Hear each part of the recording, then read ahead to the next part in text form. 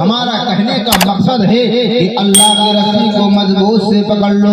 अल्लाह का कुरान कहता है वातसिमू बिहब्लिल्लाहि जमीअन वला तफरकू, तुम सब मिलकर अल्लाह के रस्सी को मजबूत से पकड़ लो। अक़दामकुम, तुम्हारे कदमों को जमा देंगे। लेकिन आज हम लोग का कैसा हो गया मालूम है? आज हम लोग का कैसा हो गया? एक बात बोलूं, आप लोग का तन मन धन ख्याल में आता है? समझ में आता है बात? समझ में नहीं आता है। लेकिन आज हम लोग कैसे हो गए? एक आदमी एक बुढ़िया जो है गाछ की खोटी को पकड़ के वो झारेझार मौलाना को देख के रो रही है। बूढ़ी अम्मा उसका लगभग 75-80 साल उम्र हो गया, वो रोने में है।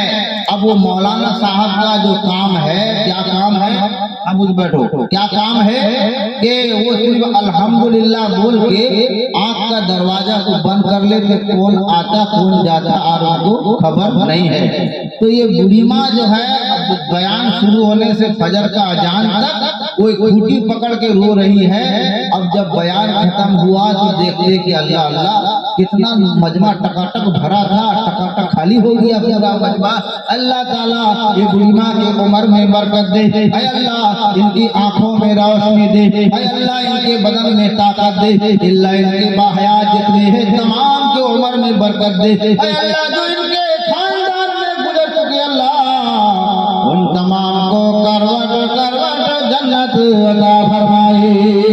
बूढ़ी माँ इतने लोग तो आए थे, सब तो चले गए, आप उम्र दराज से आपको भी चले जाना चाहिए था। कहने लगे ओ मेरे बेटे, अब उनका लंबी चौड़ी दुआ कर दिए।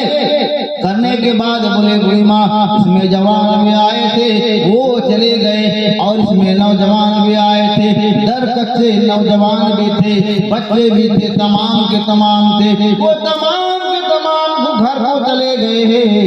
तो तुमको भी घर को चले जाना चाहिए था। तो मौलाना साहब की बात को सुनकर वो बुढ़ी अम्मा कहने लगती है ओ मौलाना साहब हमारा बैठने का मतलब अलग है। जो चार में बैठ के आप तकरीर कर रहे थे, मेरा पोता का ब्याह का चार है, जब तुम छोड़ोगे तो हम चार को लेके जाएंगे, हम तो चार लेने के लिए बैठे। तो मौलाना साहब बोले अल्लाह सब दुआ करा दो।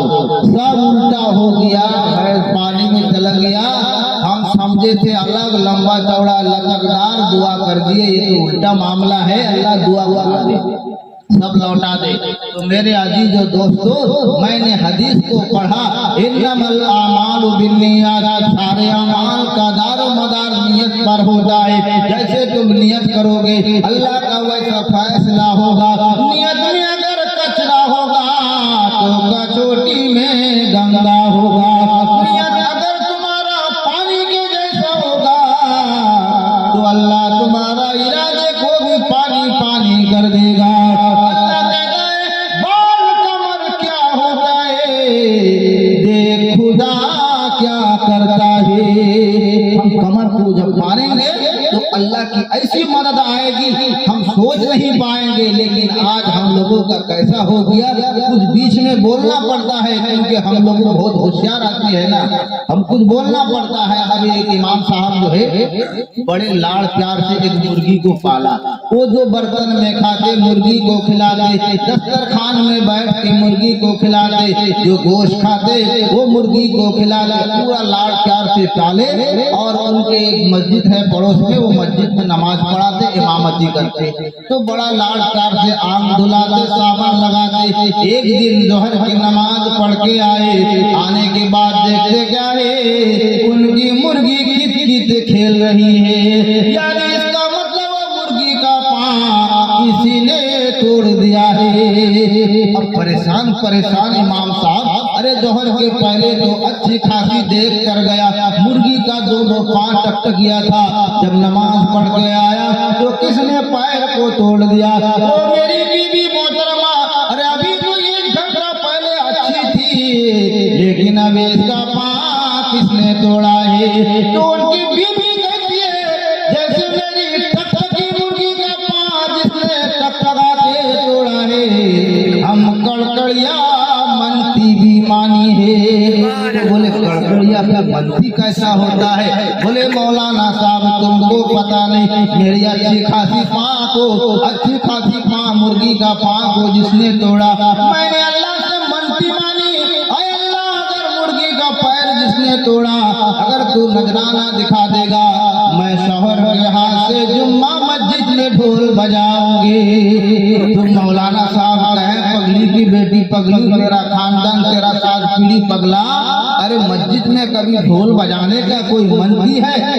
हम तुम्हारा बहुत तकरीर सुने हैं, तुम जोड़ना भी जानते हो, तोड़ना भी जानते हो, तुम्हारे अंदर बहुत टेक्निकल है, बहुत दूर दूर तकरीर में सुने, यूट्यूब चैनल में सुने, तुम्हारे अंदर बहुत केली है। तुम जो है रात को दिन कर सकते हो और दिन को रात कर सकते हो, इसीलिए हमने जुम्मा मस्जिद में ढोल बजाने का मंत्री मानी हो।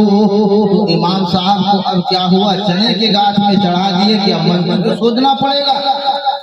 अब जो है बुध का दिन गया, जुमेरात का दिन गया, जुमा का दिन आया। अब बात को समझ में आता कि नहीं आता? क्या दुआ कर दिया जाए? तो मेरे अजीज दोस्तों, अगर समझ में नहीं आएगा आप बोल देंगे तो दुआ कर दिया जाएगा। तो बुध का दिन गया, जुमेरात का दिन गया, जुमा का दिन आया। मुअज्जिन साहब को बोले, ओ मुअज्जिन साहब एक काम करो, मोची के घर जाओ और जाकर ढोल और तबला मिंबर में मस्जिद में लाकर रख दो। तो मुअज्जिन साहब बोले कि बाप हमारा उम्र इतना हो गया, दाढ़ी का बाल सफेद हो गया, अभी तक मस्जिद में ढोल कभी हम नहीं देखा, आज ये नया। बोले मौलाना हम है कि आप है, इमाम हम है कि आप है, हदीस कुरान ज्यादा हम जानते कि आप जानते। तो मुअज्जिन क्या बोलेंगे? नहीं, आप तो मस्जिद के मौलाना है, आपको ज्यादा तजुर्बा है, हम तो नहीं जानते। तो तुमको जितना बोलते हो 1 2 3 हमारा काम करो, फिर जल्दी से जाओ, जाकर वहाँ पर ढोल तबला साथ में लकड़ी भी लाकर रख दो। अब मस्जिद में रख दिए, मस्जिद में जो भी आते तौबा तौबा, मस्जिद में ढोल किसने लाया? 2 नंबर में भी आए, पूछे तौबा तौबा, मस्जिद में ढोल किसने लाया? तो मुअज्जिन साहब को पूछे, मुअज्जिन साहब क्या बात है? बोले क्या बात है, हमको पता नहीं, ये तो मौलाना साहब से पूछ लो। ढोल लाने उन्होंने बुलाए, वही बताएंगे, इसलिए ढोल मस्जिद में आया है। अब जो है इमाम साहब, अब 5 मिनट बाकी है, मस्जिद में आए। बोले इमाम साहब ढोल क्यों आया है, तबला क्यों आया है? बोले ठहर जाओ, अभी हम बताएंगे, अभी 3 मिनट बाकी है, अभी ढोल क्यों आया अभी बताएंगे, और 2 मिनट बाकी, 1 मिनट बाकी करते अब पूरा टाइम हो गया।